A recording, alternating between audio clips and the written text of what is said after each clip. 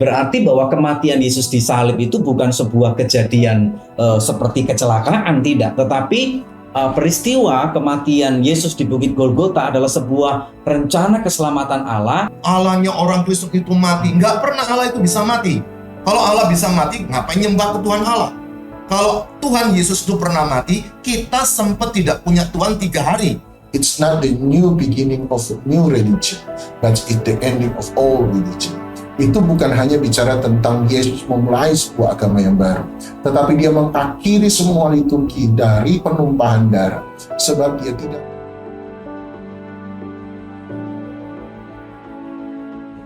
Berarti bahwa kematian Yesus di salib itu bukan sebuah kejadian seperti kecelakaan, tidak. Tetapi peristiwa kematian Yesus di Bukit Golgota adalah sebuah rencana keselamatan Allah yang tentu sudah diberitakan oleh para nabi. Nah, mungkin Pak Hendriang bisa menjawab pertanyaan ini, Pak, untuk dibagikan. Iya, saya ada beberapa banyak ayat juga yang sudah dinubuatkan, tapi saya coba lihat Kejadian 22 ayat 13 ini.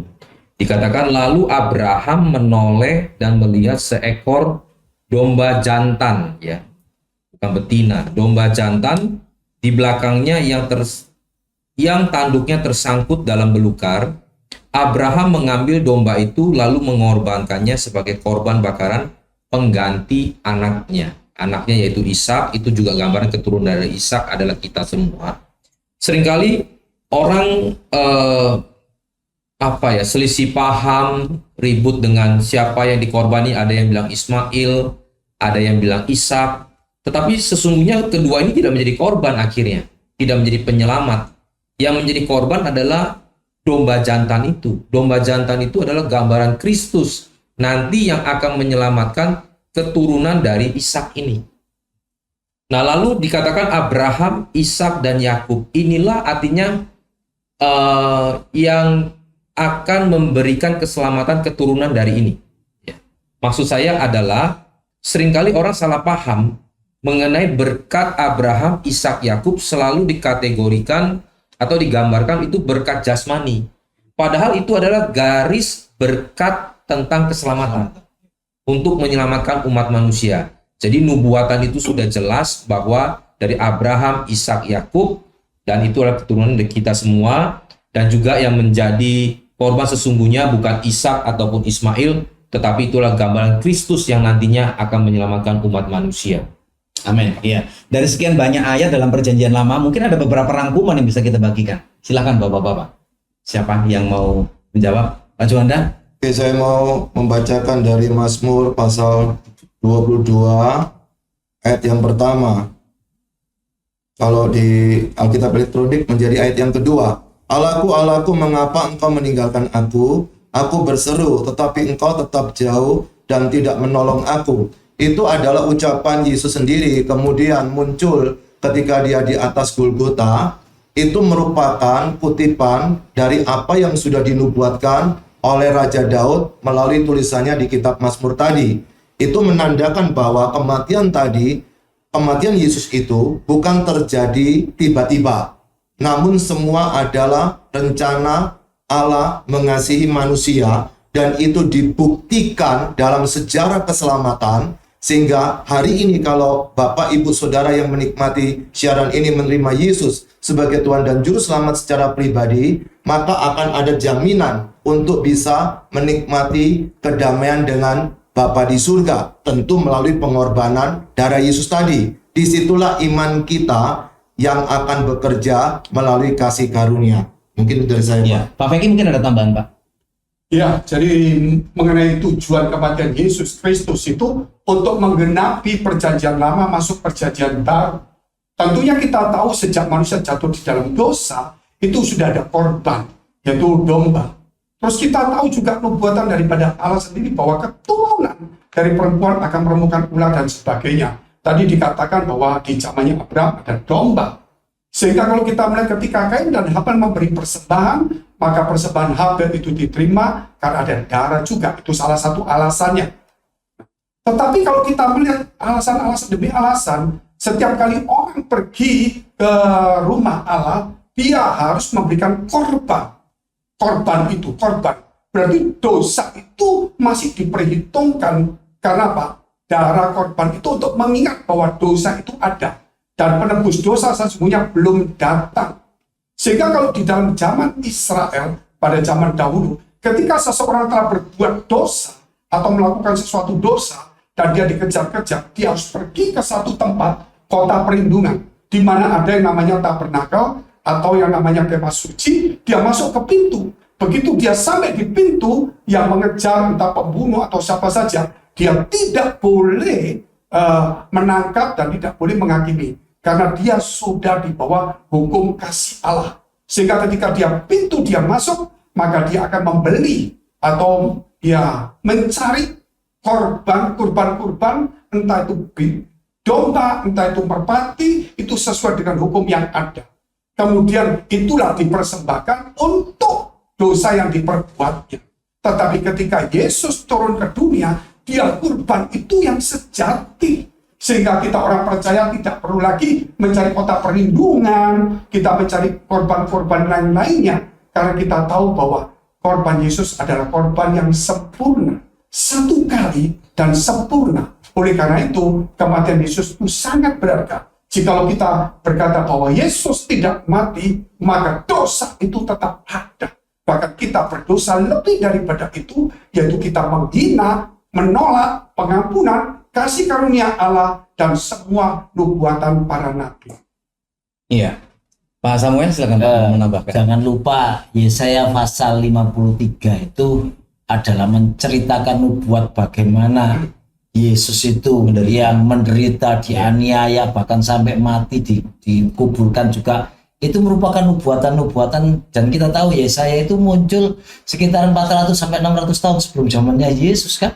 Dan inilah tandanya bahwa memang Yesus itulah yang dinubuatkan oleh para nabi yang akhirnya digenapi, itu merupakan jalan keselamatan buat kita semua. Itu yang bisa saya bagi buat teman-teman. Iya. Tapi yang menarik adalah justru memang dalam perjanjian lama kita menemukan nubuatan-nubuatan itu. Tetapi justru yang punya agama malah nggak menerima. Dalam arti begini, sebab memang ada dua nubuatan yang berbeda.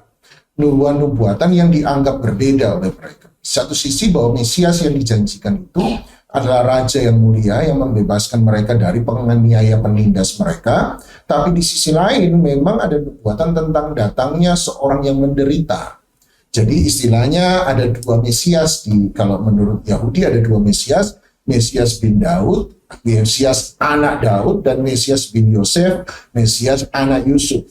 Yang Mesias bin Daud adalah Mesias yang membebaskan mereka dari penjajahan penindasan. Mesias bin Yosef adalah Mesias yang seperti menderita seperti Yusuf untuk saudara-saudaranya. Penolakan mereka kan karena penderitaan Kristus. Kalau dibalik lagi, tadi saya merasa bahwa Pak Fengki mencoba menekankan, kenapa kok Tuhannya orang Kristen istilahnya bisa menderita, atau Tuhan kita kok bisa mati, kan kenapa begitu? Itu yang menjadi landasan penolakan beberapa orang. Hari ini sih ada orang Kristen tetap menerima, tetapi kuasa dari kematian, makna dari kematian itu sendiri akhirnya ditolak sebenarnya. Ketika kita berpikir bahwa kita hidup demi senang-senang semata-mata, jadi maunya mulia, tapi nggak mau penderitaannya kan gitu. Kalau butuh Yesus aja yang menderita, saya nggak harus menderita kan gitu. Menurut saya ada pemahaman-pemahaman itu, dan penolakan itu terjadi sebab buat saya mereka tidak bisa melihat bahwa justru di dalam penderitaan Kristus, dalam keselamatan yang dikerjakan oleh Kristus di atas kayu salib dan kebangkitannya, justru memang ada kemuliaan yang dinyatakan, dan dua ini tidak bisa dipisahkan. Paulus dengan jelas berkata dalam 1 Korintus 15 bahwa kalau Yesus hanya mati, maka sia-sialah iman percaya kita. Yang membuat iman kita menjadi kuat bukan hanya karena kematiannya, tetapi karena kebangkitannya, bahwa dia bisa menang, dia bisa dimuliakan lewat jalan yang dia alami, yaitu jalan kebenaran dengan kasih, sekalipun mengalami kematian, tetapi dia juga melihat kebangkitan. Itu menjadi pengharapan bagi kita. Jangan takut bahwa sekalipun melewati penderitaan sama seperti Yesus menderita dalam kebenaran, satu kali kita akan melihat kemenangan dan kemuliaan yang lebih besar. Itu yang dikatakan oleh Ibrani, dia berkata bahwa Musa memandang bahwa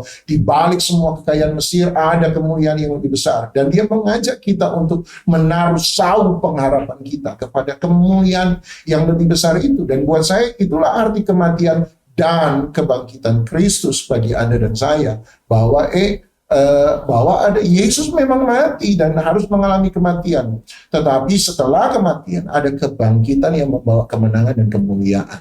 Jadi percayalah pada kematiannya dan percayalah pada kebangkitannya. Zaman dulu ada yang tidak percaya kematian, tapi ada yang percaya kematian, tidak percaya pada kebangkitan. Kita percaya bukan hanya pada kematian Kristus, penebusan Kristus, tetapi kita percaya pada kebangkitan Kristus, orang yang menang atas setiap dosa dan maut. Amin. Berita Injil harus kita beritakan memang dalam terang kematian dan kebangkitan itu, maka Injil itu menjadi lengkap dan sempurna. Karena kalau misalnya Yesus mati kemudian tidak bangkit, sia-sialah iman kita. Nah, saya membaca beberapa narasi dalam Perjanjian Baru bahwa sebenarnya Yesus juga sudah memberitahukan kepada murid-muridnya, orang-orang di sekitarnya bagaimana dia telah mati, tapi kemudian juga dia katakan dia telah bangkit. Lah mungkin Bapak-bapak bisa membagikan kepada kita semua, apa sih sebenarnya yang dikatakan oleh Yesus tentang kematian dan kebangkitannya kepada orang-orang di sekitarnya pada waktu itu. Ini kan seolah Yesus menubuatkan dirinya sendiri. Mungkin ada yang bisa berbagi untuk kita. Ada satu ayat yang ngomong sendiri kan tentang Yesus sendiri yang berbicara bahwa kepada mereka tidak akan diberi tanda kecuali tanda Yunus. Bagaimana Yunus itu ada di dalam perut ikan 3 hari, dan sesudah itu dia keluar, dan tanda inilah yang juga akan dialami oleh anak manusia. Sehingga itu yang pernah Yesus sampaikan kepada murid-muridnya. Mungkin seperti itu yang bisa saya bagikan buat teman-teman juga pemirsa. Iya, baik. Mungkin ada yang lain, silakan. Tanda Yunus menurut saya setuju bahwa satu, Yunus ditelan oleh ikan besar, itu tanda kematian. Dia ada dalam perut ikan selama 3 hari. Setelah itu kemudian dia dilemparkan, dikeluarkan dari perut ikan. Dan tujuan dari kematian dan kebangkitan Kristus kembali lagi adalah untuk apa? Kenapa Yunus kemudian dikeluarkan dari perut ikan? Untuk sampai ke Niniwe. Untuk apa sampai di Niniwe? Apa pesan yang harus dibawa Yunus pada Niniwe? Niniwe adalah satu kota yang harus mati, hancur, dibinasakan oleh Tuhan. Tetapi ketika berita penghakiman itu datang, mereka bertobat, mereka mengalami pengampunan. Mereka mengalami pengampunan dari Tuhan. Dan menurut saya itulah kematian dan kebangkitan Kristus yang coba kita angkat hari ini. Bahwa ketika Yesus mati dan bangkit, ini berita kematian dan kebangkitan Kristus justru menjadi display kasih Allah kepada semua orang, bahwa mereka yang berdosa bisa mengalami pengampunan di dalam Tuhan. Dan kalau mereka mau bertobat, mereka tidak akan dihancurkan, mereka tidak akan dibinasakan, mereka tidak akan dihakimi. Itu sebabnya tadi saya rasa Pak Fenki menekankan perlu percaya pada kematian dan kebangkitan Kristus. Kenapa? Sebab ketika kita percaya pada kematian kebangkitan Kristus, kita percaya pada kasih Allah, kita percaya pada pengampunan Allah, kita percaya pada penebusan Allah. Sehingga mereka yang harusnya binasa, ketika melihat itu, mereka bisa bertobat dan menerima pengampunan tersebut. Menurut saya, itulah tanda dari kematian dan kebangkitan Yunus dalam tanda Yunus. Iya, silakan Bapak-bapak. Saya menambahkan sebuah ayat dari Petrus lagi, karena ketika saya berbicara Petrus, itu lebih seakan-akan banyak orang bisa menerima karena dia betul-betul murid Yesus. Kalau Paulus itu kan sebelumnya adalah seseorang yang sedang mengejar-ngejar orang Kristen, kemudian dalam sebuah peristiwa baru berjumpa secara spiritual dengan Yesus. Nah, di dalam 1 Petrus pasal 3 ayat 18 dikatakan, sebab juga Kristus telah mati sekali untuk segala dosa kita. Maka sebuah pengorbanan atau kurban itu harus dilakukan berkali-kali ketika manusia itu ingin menyelesaikan persoalan di hadapan Allah, khususnya dalam topik pembicaraan kita. Makanya orang Yahudi itu kalau kitab Mazmur berkata, mereka 3 kali harus pergi ke Yerusalem untuk mempersembahkan kurban di situ. Dan kalau ingat tentang kisah Yesus marah-marah di bait Allah karena mempersulit orang yang datang beribadah di bait Allah, itu kuncinya bukan persoalan jualan di gereja atau yang dipakai di saat ini berjualan di gereja, tetapi tentang mempersulit orang mau beribadah. Nah, sebab juga Kristus telah mati sekali untuk segala dosa kita. Ia yang benar untuk orang-orang tidak benar, supaya ia membawa kita kepada Allah. Itu tujuan yang sedang dikerjakan oleh kematian Yesus. Ia yang telah dibunuh dalam keadaannya sebagai manusia. Ingat dalam Injil Yohanes, ini Rasul lagi, pada mulanya adalah firman, firman itu bersama dengan Allah, dan firman itu adalah Allah, dan firman itu telah menjadi manusia. Kata manusia di situ dan kata manusia di sini, itu sedang menunjukkan bukan manusia antropos kita. Kalau di kuliah ada pelajaran antropologi. Tapi di situ mempergunakan kata sarx, itu kedagingan. Artinya adalah dalam keadaannya sebagai daging, dia lahir. Lalu dalam keadaannya sebagai daging, dia pun mati, tetapi yang telah dibangkitkan menurut roh. Jadi yang mati itu bukan Yesus sebagai Tuhannya, tetapi Yesus dalam rupa dagingnya. Maka ketika orang berkata, Allahnya orang Kristen itu mati, nggak pernah Allah itu bisa mati. Kalau Allah bisa mati, ngapain nyembah ke Tuhan Allah? Kalau Tuhan Yesus itu pernah mati, kita sempat tidak punya Tuhan 3 hari. Berarti itu tentu saja nggak masuk akal. Masa ada Tuhan kok tiba-tiba bisa hilang? Tetapi yang mati dalam rupa manusia. Tetapi pada hari ketiga dia dibangkitkan menurut roh. Artinya adalah kematian Yesus sebagai manusia itu sedang menjelaskan bahwa karya keselamatan yang sudah Tuhan kerjakan sejak Kejadian pasal 3:15 sampai kapanpun itu telah selesai di dalam diri manusia Yesus. Dan jikalau hari ini kita mau menerima Yesus menjadi bagian hidup kita, kita bisa berhubungan dengan Sang Pencipta alam semesta. Mungkin dari saya itu. Amin. Ya, terima kasih Pak Juanda. Mungkin silakan yang lain. Pak Fekit bila menambahkan apa sebenarnya yang dikatakan oleh Yesus tentang kematian dan kebangkitannya sendiri. Kemudian bagaimana respon dari orang-orang yang ada di sekitarnya pada waktu mendengar perkataan Yesus seperti itu? Apa langsung percaya atau seperti apa? Ya, yang pertama kalau kita melihat ketika Yesus mengobrak-abrik, membangkitkan baik Allah, kemudian mereka meminta, tanda apa kamu lakukan? Kalau kamu berhak untuk membongkar balikkan meja dan mengusir para pedagang dan orang yang ada di bait Allah, tanda apa? Yesus katakan, dia berikan tanda, robohkan bait Allah ini, rombak bait Allah ini. Aku akan membangunnya dalam 3 hari. Mereka bertanya, gitu. Bagaimana mungkin kami membangun 40 tahun lebih, kamu akan membangun 3 hari? Yesus tidak menceritakan itu. Tapi setelah kematian Yesus, dan kemudian Yesus bangkit pada hari ketiga, barulah semua murid-murid dan semua orang ingat akan perkataan itu. Yang dimaksud kata-kata tanda apa adalah dia itu lebih dari bait Allah. Dan dia adalah bait Allah yang hidup. Ketika seorang perempuan memberikan minyak, ya, narwastu meminyaki Yesus Kristus, itu dikatakan bahwa apa minyak malah diboroskan. Yesus kata, biarlah ini. Itulah untuk dikatakan untuk mempersiapkan kematiannya dia. Bahkan ketika Petrus pun, Yesus berkata untuk berulang kali, mungkin 6-7 kali, dengan orang-orang yang dengan tempat-tempat yang berbeda. Salah satu Petrus berkata, kiranya itu jauhkan daripada engkau.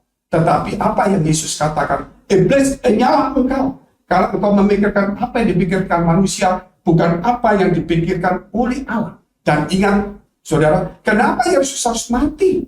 Ingat ketika bangsa Israel ada di Mesir, diperbudak oleh Mesir, dan dia akan keluar ke Kanaan, itu ada satu tanda tulah yang terakhir, yaitu kematian anak sulung. Dan dikatakan setiap rumah yang tidak ada tanda darah di pintunya, maka akan mengalami kematian anak sulung, baik binatang yang hidup maupun manusia. Dan pada malam itu, di seluruh negeri Mesir mengalami kematian yang namanya yang hidup dari yang sulung, yang hidup itu mati.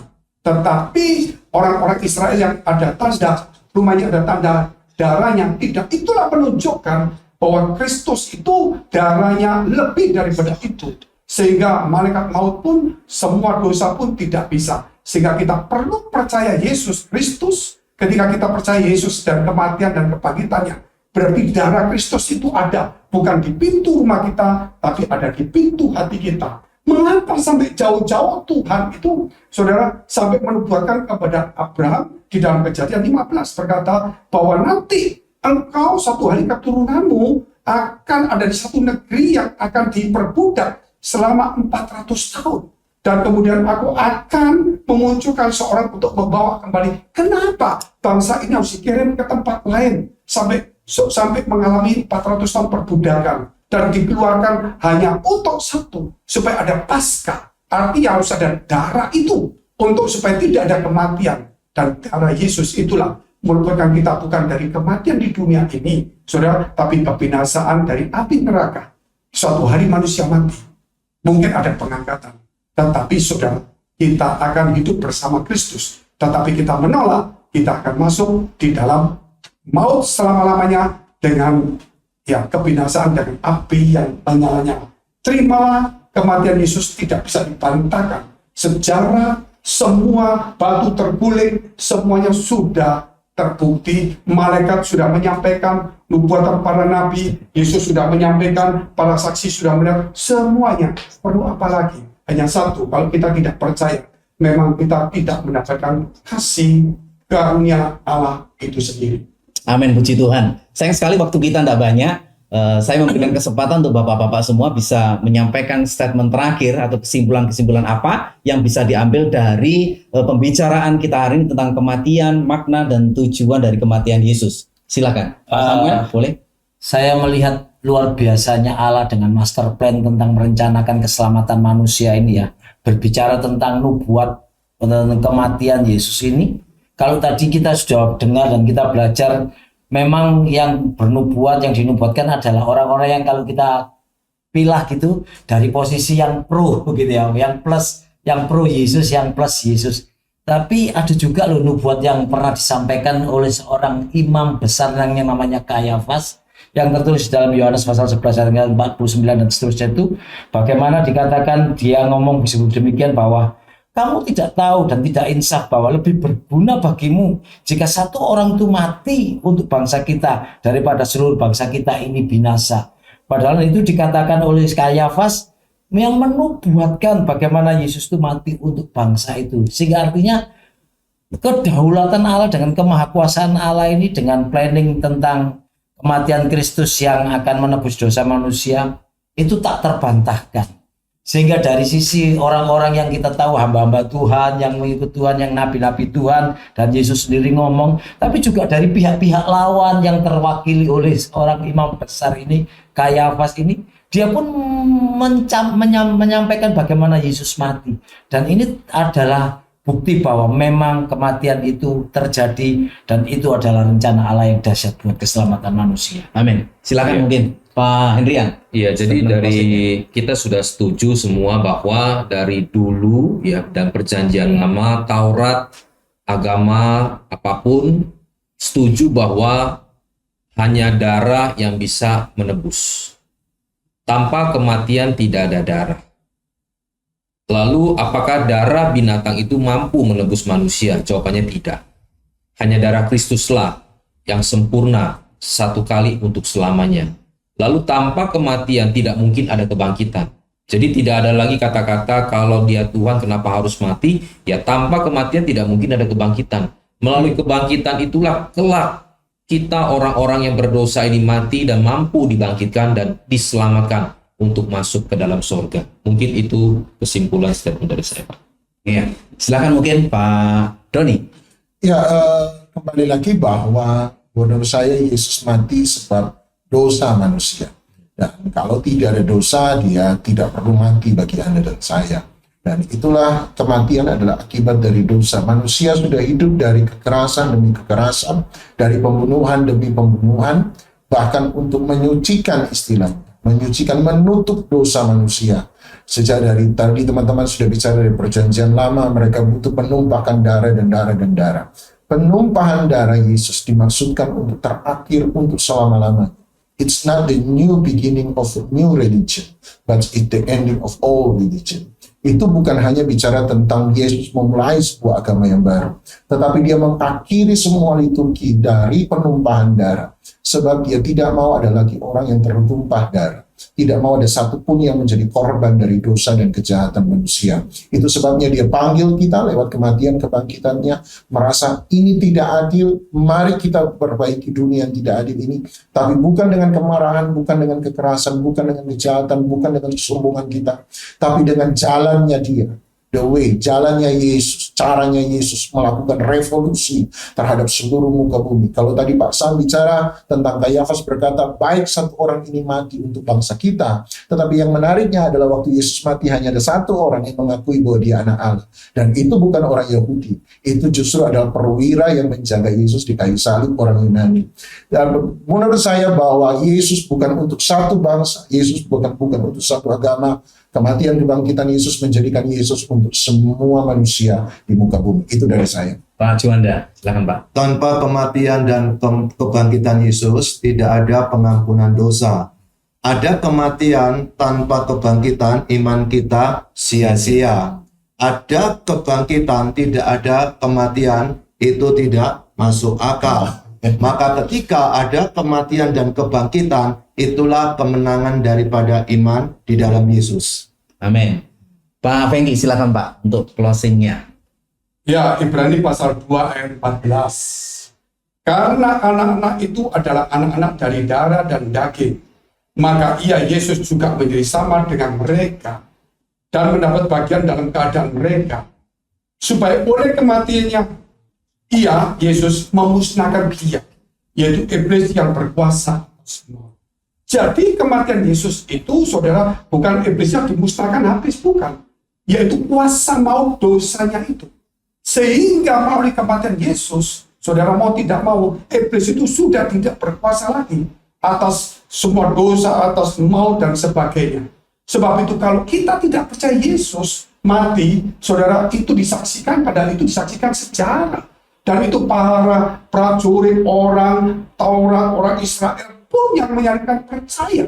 Dan kalau itu, saudara, itu ada para imam ahli Taurat, orang-orang agama melihat semuanya.